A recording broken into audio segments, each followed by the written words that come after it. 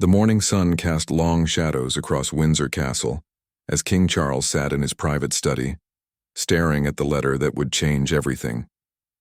His hands trembled slightly as he read the medical report for the third time. The words seemed to dance on the page, but their meaning was crystal clear. The doctors had been direct. His condition was more serious than anyone in the royal family knew. Catherine, Princess of Wales, was in her garden at Adelaide Cottage when her phone buzzed with an urgent message. She had been tending to her roses, finding peace in the simple act of nurturing something beautiful. The children were at school, and she treasured these quiet moments. But the message from the king's private secretary made her heart skip a beat. She was needed at the palace immediately. The drive to Windsor felt longer than usual. Catherine's mind raced with possibilities. Was it about William? Had something happened to one of the children? The king had seemed tired lately, but she assumed it was just the weight of his new responsibilities. As her car pulled through the gates, she noticed an unusual number of security personnel and several cars she didn't recognize. King Charles was waiting in the blue drawing room when she arrived. The formal setting surprised her. Usually, their family meetings were much more casual. His face was pale, and she could see the worry lines that had deepened over the past few months. He gestured for her to sit in the chair across from him, and she noticed his hands were shaking slightly. The conversation that followed would stay with Catherine forever. King Charles spoke slowly, carefully choosing each word. He explained about the medical tests, the consultations with specialists, and the difficult decisions that lay ahead. The cancer diagnosis was not just a private family matter, it would affect the entire monarchy, and the Commonwealth nations that looked to them for stability. Catherine listened in stunned silence as her father-in-law revealed details that no one else knew. The treatment would be aggressive and would require him to step back from many royal duties. The timing couldn't be worse, with several important state visits planned and crucial diplomatic relationships to maintain.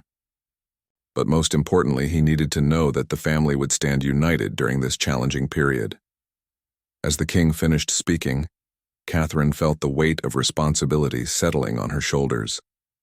She had always known that being part of the royal family meant serving others before herself, but this felt different.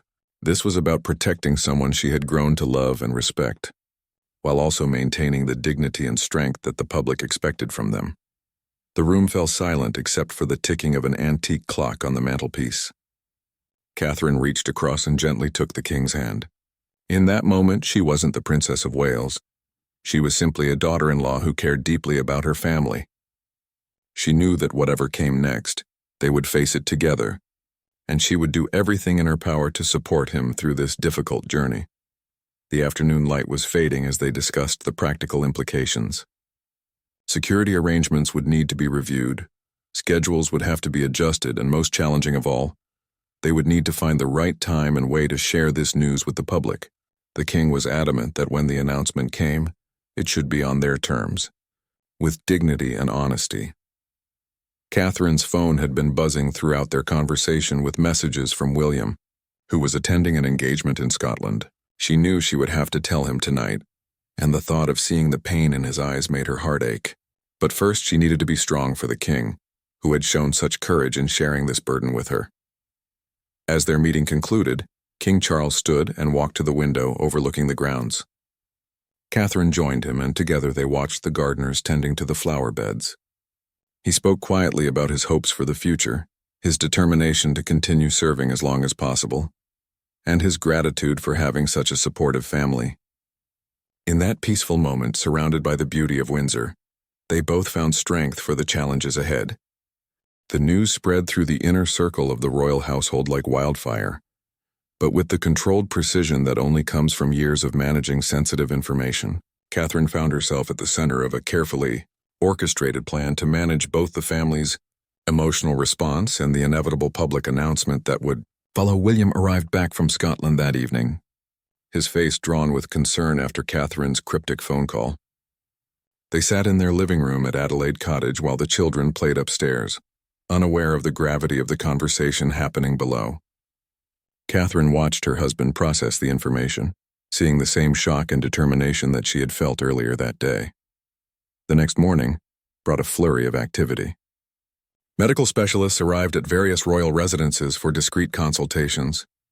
Catherine found herself coordinating with the king's private secretary, ensuring that upcoming engagements could be modified or postponed without raising suspicion.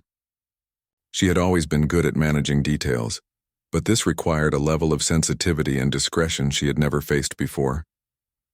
Queen Camilla was struggling with the weight of the secret.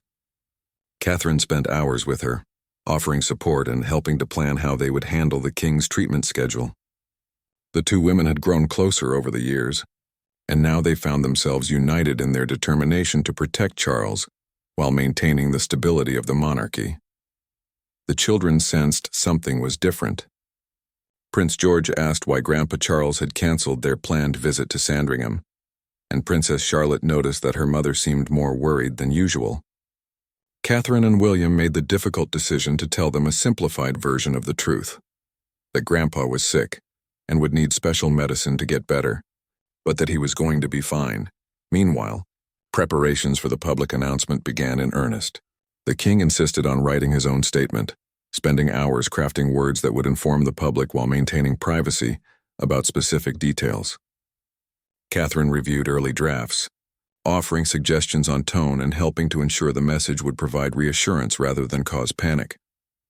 The palace communications team worked around the clock to prepare for every possible scenario. They anticipated the media frenzy that would follow, the speculation about the line of succession and the impact on the upcoming state visits. Catherine found herself in meeting after meeting, helping to coordinate the response strategy while also managing her own growing list of royal duties. As word began to leak to trusted members of the government and Commonwealth leaders, Catherine witnessed the incredible network of support that surrounded the monarchy. Prime ministers called to offer assistance, and long-standing family friends reached out with messages of love and support. She realized how many people truly cared about King Charles as both a monarch and a person. The most challenging aspect was maintaining normalcy in their daily routines. Catherine continued with her scheduled engagements, smiling for photographers and engaging with the public, all while carrying this enormous secret. She found strength in the routine of royal duties, but every interaction felt more meaningful knowing what was coming. The king showed remarkable courage throughout this period. Despite his diagnosis, he continued with essential duties, meeting with government officials and handling urgent state business. Catherine watched him with growing admiration, seeing how he balanced his personal fears with his sense of duty to the nation. The family dinners during this time were bittersweet. They would gather at Windsor or Clarence House, the conversation carefully avoiding the elephant in the room when the children were present. But in quiet moments, Catherine would catch the king's eye and see both vulnerability and determination there. These gatherings became more precious, knowing that their dynamic might change significantly in the weeks ahead. Security arrangements were quietly enhanced without drawing attention. Catherine noticed additional personnel around all the royal residences and more thorough advance planning for any public appearances. The protection officers, who had become like extended family over the years, showed their care through their increased vigilance and attention to detail. As the planned announcement date approached, Catherine felt the weight of responsibility more heavily than ever. She would soon need to step into a more prominent role, supporting both the king and the institution of the monarchy during a time of uncertainty. The woman who had once been nervous about royal protocols now found herself helping to guide the family through its most challenging period in decades.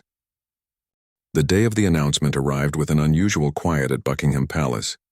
Catherine woke early, unable to sleep as she thought about how this news would change everything for their family and the nation. She had spent the previous evening on phone calls with William's cousins and other family members, ensuring everyone was prepared for what was about to happen. King Charles had requested a private family breakfast before the official statement was released. The gathering in the small dining room at Clarence House felt both intimate and historic. Catherine watched as the king spoke to each family member individually, thanking them for their support and outlining what he would need from each of them in the coming months. The children were especially important to the king during this conversation. He knelt down to their level and explained that he would be spending more time with doctors and might not be able to play with them as much for a while. Prince Louis, in his innocent way, asked if Grandpa Charles would still be the king, and the gentle laughter that followed helped ease some of the tension in the room. At precisely 6 p.m., the official statement was released to the media. Catherine was with the King and Queen Camilla when the first news alerts began appearing on their phones. The carefully crafted words spoke of a routine procedure that had revealed a form of cancer, the King's positive outlook, and his determination to continue his royal duties as much as possible during treatment. Within minutes, the story was dominating news channels around the world. Catherine watched the coverage with a mixture of relief and anxiety. The statement had achieved its goal of informing the public while maintaining dignity and privacy. But she knew this was only the beginning of an intense period of scrutiny. The immediate response from world leaders was overwhelming. Messages of support poured in from presidents, prime ministers, and royal families across the globe. Catherine found herself helping to coordinate responses, working with the palace communications team to ensure every message was acknowledged appropriately. The outpouring of genuine affection for King Charles touched the entire family deeply. The British public's reaction was equally moving. Flowers began appearing at the gates of Buckingham Palace within hours of the announcement. Social media filled with messages of support, prayers, and shared stories of how the king had touched people's lives. Catherine read through many of these messages, finding comfort in the love and respect that people felt for her father-in-law. However, the announcement also brought challenges. Speculation about the king's condition filled newspaper columns and television programs. Catherine worked closely with the palace press office to combat misinformation while respecting the family's desire for medical privacy. Every statement had to be carefully considered to avoid revealing too much while still addressing public concern.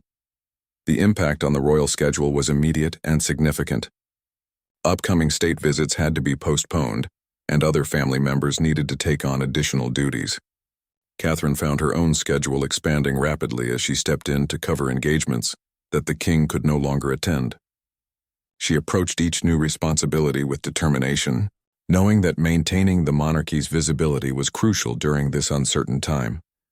William showed remarkable strength throughout this period, balancing his concern for his father with his own increasing royal responsibilities. Catherine watched him handle phone calls with Commonwealth leaders and government officials, seeing him grow into the role that would one day be fully his. Their partnership became even stronger as they navigated these new challenges together. The evening news bulletins featured royal correspondents, discussing the implications of the king's illness for the monarchy. Catherine found these discussions both informative and sometimes frustrating, as reporters speculated about details that even the family didn't know yet. She learned to filter out the noise and focus on what really mattered, supporting the king and maintaining stability for their children. Behind the scenes, medical appointments became a regular part of the king's schedule. Catherine often accompanied Queen Camilla to these visits, providing moral support and helping to ask the questions that medical anxiety sometimes made difficult to remember. She was struck by the king's grace under pressure and his determination to remain positive despite the uncertainty. The first weekend after the announcement was particularly challenging. The family gathered at Windsor, trying to maintain their normal routines while adjusting to their new reality. Catherine organized activities that would keep the children engaged and happy, understanding that maintaining their sense of security was paramount during this time of change. As the initial shock of the announcement began to settle, Catherine reflected on how much their lives had changed in just a few days. The woman who had married into the royal family with some trepidation now found herself helping to guide it through one of its most challenging periods. She felt ready for whatever came next, strengthened by the love and support of her family and the knowledge that they would face this challenge together. The weeks following the announcement settled into a new rhythm that none of them could have anticipated. Catherine found herself becoming the unofficial coordinator for family communications, fielding calls from relatives across Europe and helping to manage the emotional needs of everyone from the youngest cousins to the most senior family members. King Charles began his treatment with characteristic determination. Catherine was amazed by his resilience and positive attitude, even on days when the medical procedures left him exhausted. She made it her mission to ensure that his spirits remained high, organizing small family gatherings and ensuring that his grandchildren visited regularly to bring laughter to the palace corridors. The public's continued support proved to be a source of strength for the entire family. Catherine regularly reviewed the thousands of letters and cards that arrived daily, many containing personal stories of cancer survival and words of encouragement. She made sure that the king saw the most touching messages, knowing that they provided him with motivation during difficult treatment days. Media attention remained intense, but Catherine noticed a shift in tone as weeks passed. The initial shock had given way to genuine concern and respect for the family's privacy. She worked carefully with palace communications to provide appropriate updates without compromising the king's medical confidentiality, finding ways to reassure the public while maintaining necessary boundaries. The children adapted to their grandfather's illness with the resilience that often surprises adults. They created get-well cards and drawings that decorated the king's private sitting room, and their innocent questions often brought moments of lightness to serious family discussions. Catherine was particularly proud of how they showed extra gentleness and care during their visits with Grandpa Charles. William's role in the family dynamic shifted significantly during this period. Catherine watched him step naturally into greater responsibilities, handling ceremonial duties and state business with growing confidence. Their evening conversations often focused on the decisions he was making and the weight of knowing that his preparation for future kingship had suddenly accelerated. Queen Camilla leaned heavily on Catherine's support during the most challenging days.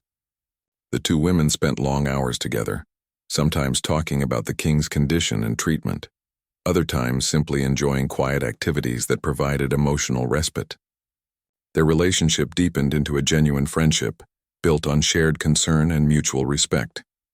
The king insisted on maintaining as many of his regular activities as possible. Catherine admired his determination to continue meeting with prime ministers, signing important documents, and staying informed about Commonwealth affairs. She often helped arrange his schedule to accommodate treatment appointments while ensuring that essential royal business continued without interruption. International obligations required careful navigation during this period. Catherine found herself taking on additional diplomatic responsibilities, hosting foreign dignitaries and attending events that would normally have included the king. She approached each engagement with careful preparation, understanding that she was representing not just herself, but the stability of the entire monarchy. The spring months brought both challenges and hope. Treatment side effects sometimes made the king's participation in events uncertain until the last moment, requiring Catherine and the palace staff to have backup plans for every engagement. She became expert at reading his energy levels and knowing when to suggest modifications to his schedule. Family traditions took on new meaning during this time. The annual Easter celebrations at Windsor were planned with extra care to ensure the king could participate fully, while not overextending himself. Catherine coordinated with the household staff to create an atmosphere that was both festive and appropriately low-key, allowing for rest when needed. The king's medical team praised his positive attitude and the strong family support system surrounding him. Catherine took pride in knowing that their care and attention were contributing to his recovery. She established routines that ensured he was never alone during treatment days, and always had engaging activities planned for his recovery periods. Public engagements during this time required extra sensitivity. Catherine noticed how people reacted to the royal family appearances, seeing both concern and hope in the faces of those they met.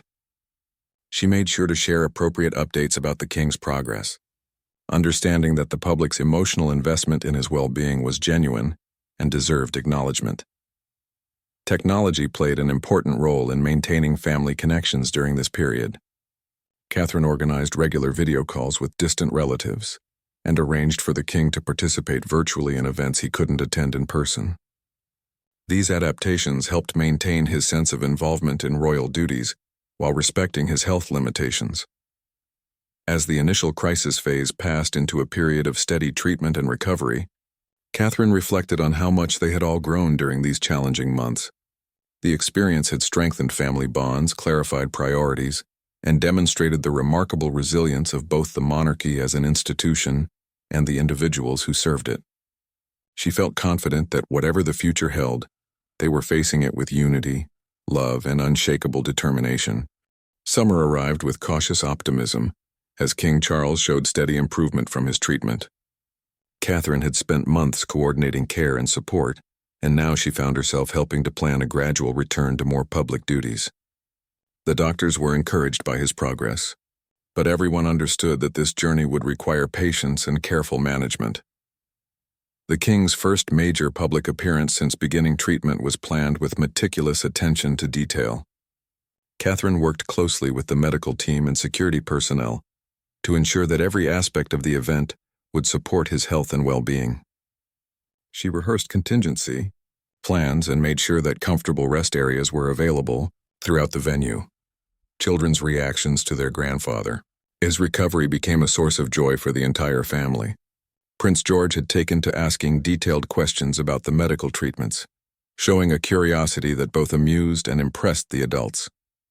Princess Charlotte created a special photo album of family memories to help Grandpa Charles remember happy times during difficult treatment days.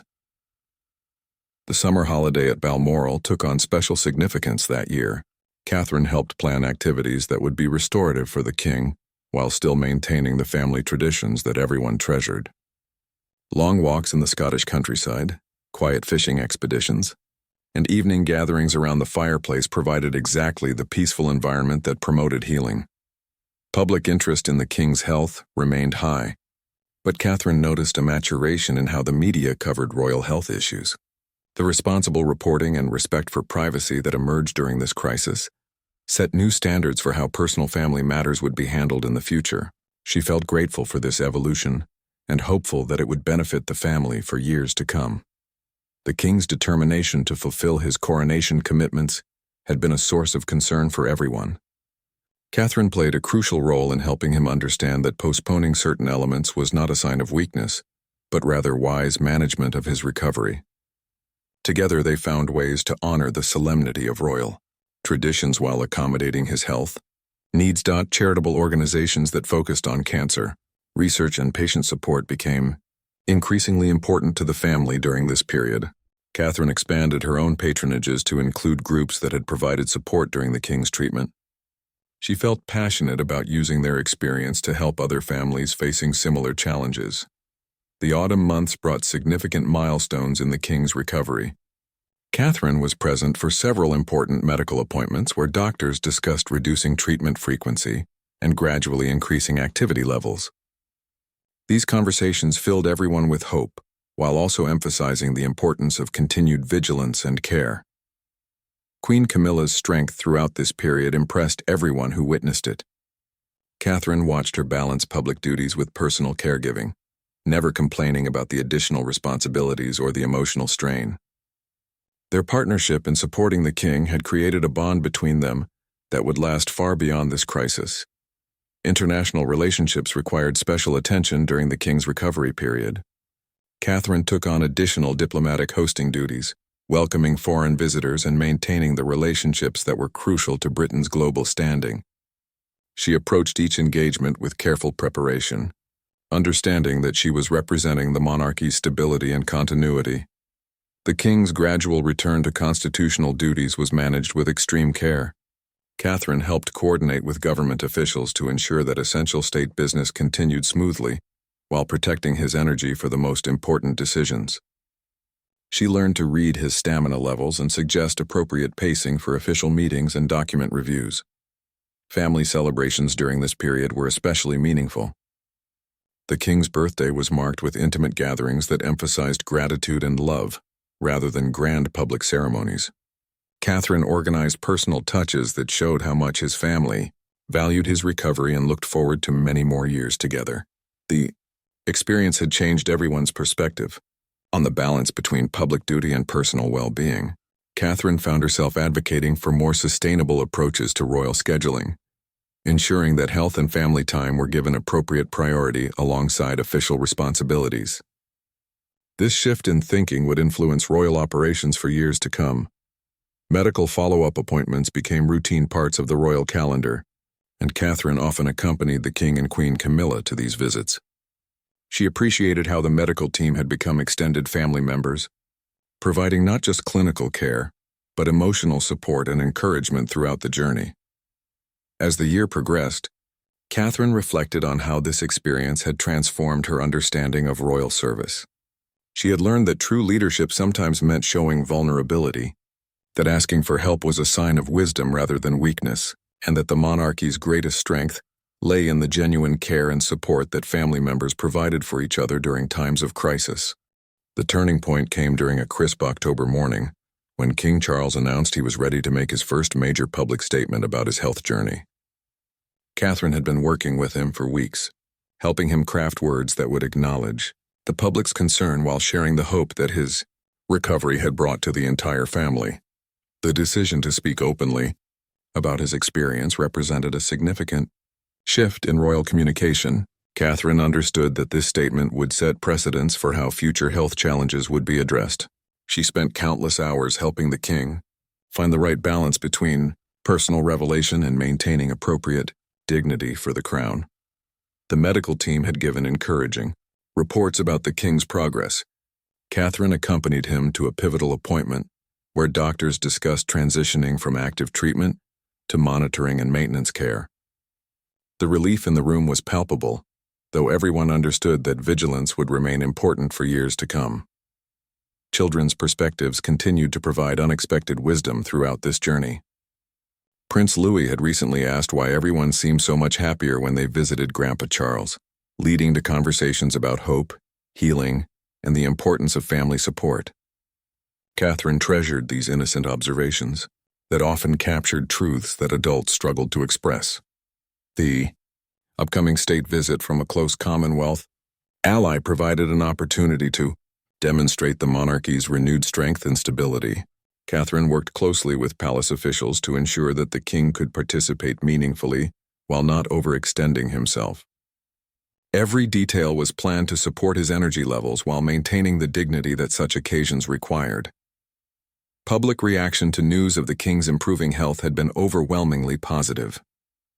Catherine read through thousands of letters and messages that celebrated his progress and thanked the family for their openness during this difficult period.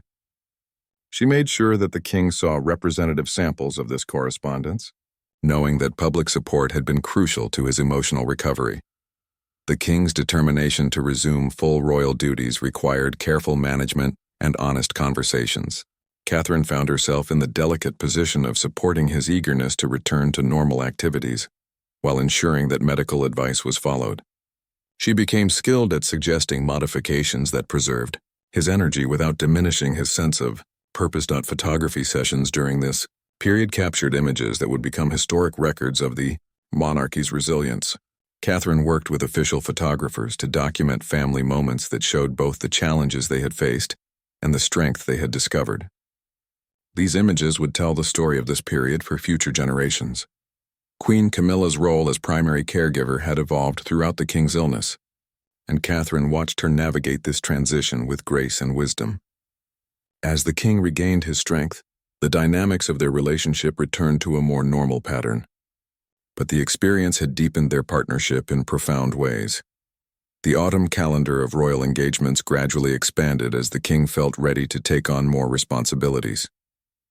Catherine coordinated with royal household staff to ensure that each new commitment was appropriate for his current energy levels.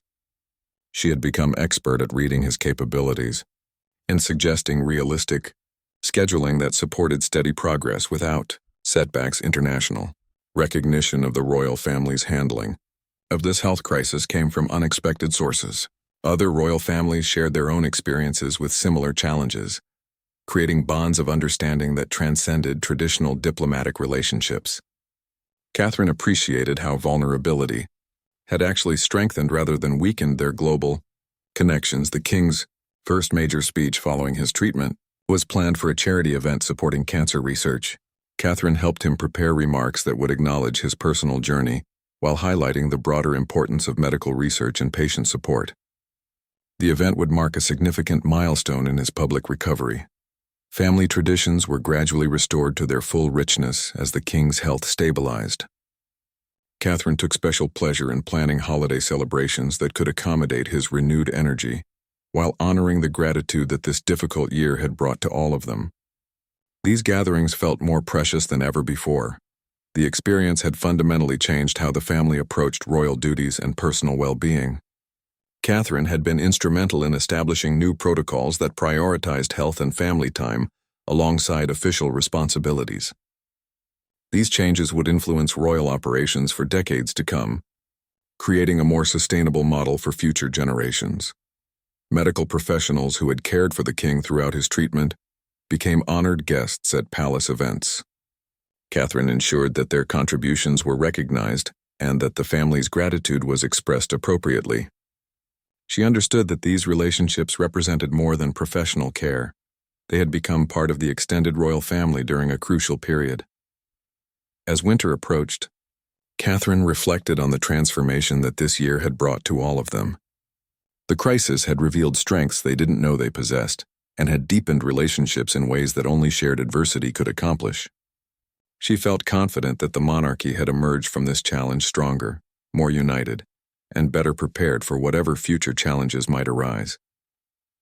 The moment Catherine had been waiting for finally arrived on a bright December morning, when King Charles stood before the nation to deliver his most personal and powerful speech as monarch. She stood nearby, watching him with immense pride as he shared his journey of illness recovery and gratitude with millions of people who had supported him throughout this challenging year. His words carried the weight of genuine experience as he spoke about facing mortality, finding strength in family love, and discovering hope in the darkest moments. Catherine felt tears in her eyes as he acknowledged the role that each family member had played in his recovery, particularly praising the strength and grace that Queen Camilla had shown throughout their ordeal. The speech marked more than just a health update. It represented a new chapter in royal communication. Catherine had helped him craft language that was both deeply personal and appropriately regal, setting a precedent for future monarchs to speak authentically about their human experiences while maintaining the dignity of their position. Public response to the king's words was immediate and overwhelming. Social media filled with messages of admiration for his courage in sharing such a personal journey. Catherine spent the day monitoring reactions and was moved by how many people expressed that the king's honesty had given them strength to face their own health challenges. The children's understanding of their grandfather's journey had evolved throughout the year. They now spoke matter-of-factly about his treatment and recovery, showing a maturity that impressed all the adults around them. Catherine was particularly proud of how they had learned to balance concern with optimism, providing exactly the kind of loving support that had contributed to the king's healing. Christmas preparations that year held special meaning for everyone. Catherine coordinated celebrations that honored both tradition and the miracle of the king's recovery. Every decoration, every meal, every family gathering was planned with extra appreciation for the gift of being together and healthy. The king's return to full royal duties was gradual but steady. Catherine watched him tackle his red boxes with renewed energy, meet with prime ministers with sharp focus, and engage with foreign dignitaries with his characteristic charm. The experience had not diminished his capabilities. If anything, it had given him a deeper appreciation for his role and responsibilities. Medical checkups continued regularly, but they had transformed from crisis management to routine monitoring. Catherine often accompanied the king and Queen Camilla to these appointments, and she was consistently amazed by how positive and grateful the medical team remained about his progress. The new year brought opportunities to formalize the lessons learned during this difficult period. Catherine worked with palace officials to establish protocols that would better support future health challenges, while maintaining the monarchy's essential functions. These changes would benefit not just the current generation, but future kings and queens who might face similar trials. International recognition of the royal family's grace under pressure came from unexpected quarters. Other world leaders shared privately how the king's handling of his illness had inspired them to approach their own challenges with greater courage and transparency. Catherine realized that their family's experience had had impact far beyond Britain's borders. The king's commitment to cancer research and patient support became a defining aspect of his reign. Catherine helped him establish new initiatives that would fund research and provide support for families facing similar challenges.